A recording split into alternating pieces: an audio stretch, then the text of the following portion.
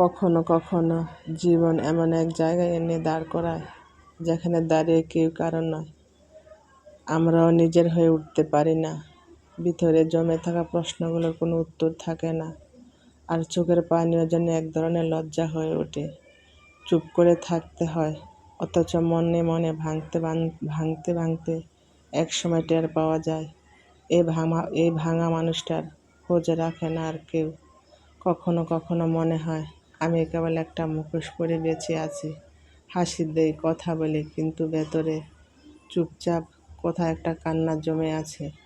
সবাই ভাবে আমি ভালো আছি, কিন্তু কেউ দেখে না আমার চোখের ক্লান্তি। প্রতিদিন নিজের সাথে একটা গোপন লড়াই চলে, যার কোনো দর্শক নেই, বিচারক নেই, শুধু হার না মানা আমি।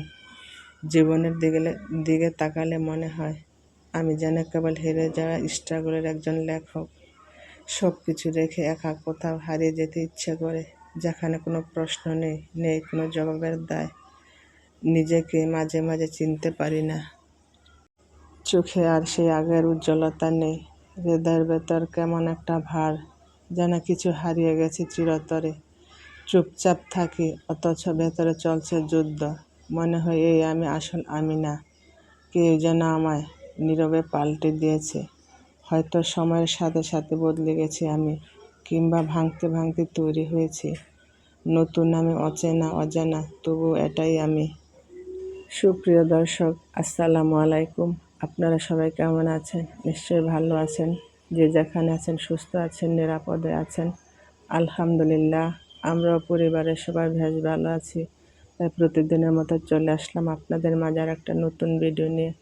কেমন আছেন আমার সমস্ত আপুরা? নিশ্চয়ই ভালো আছেন। যে যেখানে আছেন সুস্থ আছেন, নিরাপদে আছেন। আর আজকে আমি কী কী কাজ করলাম তা ভিডিওর মাঝে তুলে ধরলাম। ভিডিওটি স্কিপ না করে সবাই দেখতে থাকুন। আর আমি ভিডিওটি শুরু করেছি দুপুরে রান্না বান্না দিয়ে। আর আজকে আমি দুপুরে রান্না করে নিয়েছি ডাঁটা দিয়ে, আলু দিয়ে ভাজি করছি, আর মাছ দিয়ে মিষ্টি কুমড়া দিয়ে রান্না করে নেব। যাই হোক, কথা বলতে বলতে আমার আপুদের কাছে একটা রিকোয়েস্ট করে নিচ্ছি, যারা আমার ভিডিওটি দেখছেন প্লিজ আমার ভিডিওতে একটা লাইক দিয়ে ভিডিওটি কন্টিনিউ করুন। আপনাদের একটা লাইক আমাকে অনেক দূর এগিয়ে নিয়ে যেতে পারে এবং কাজ করার উৎসাহ যোগায়। আর আমার কথার মধ্যে কোনো ভুল ত্রুটি হলে আমাকে ক্ষমা করে দিবেন। আর এদিকে কথা বলতে বলতে এদিকে আমার ডাঁটা দিয়ে আলু দিয়ে ভাজি করে নিয়েছি, এখন মাছগুলোকে ভেজে নিচ্ছি। আর আমি ডাঁটাগুলো বাহির থেকে এনেছিলাম মাছ দিয়ে রান্না করার জন্য। বাসায় এনে দেখে ডাঁটাগুলো বেশি একটা ভালো না, শক্ত শক্ত মনে হয়।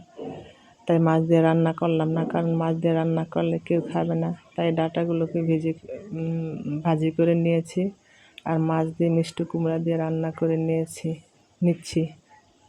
এখন হলো মিষ্টি কুমড়ার সিজন, সবারই ঘরে বেশ কম মিষ্টি কুমড়া দু একটা করে থাকে। যাই হোক, মিষ্টি কুমড়া ভাজি করলেও খেতে চায়, আবার মাছ দিয়ে রান্না করলেও খেতে চায়। যাই হোক, কথা বলতে বলতে এদিকে আমার মিষ্টি কুমড়াটাকে আমি কষিয়ে নিচ্ছি। আর আমার ভিডিওর কোনো অংশ যদি ভালো লেগে থাকে প্লিজ আমার চ্যানেলটি সাবস্ক্রাইব করে আমার পাশে থাকবেন, আমার পরিবারের জন্য দোয়া করবেন। আমিও সবার জন্য দোয়া করি, আল্লাহ পাক যাতে সবাইকে ভালো রাখে, সুস্থ রাখে, নিরাপদে রাখে।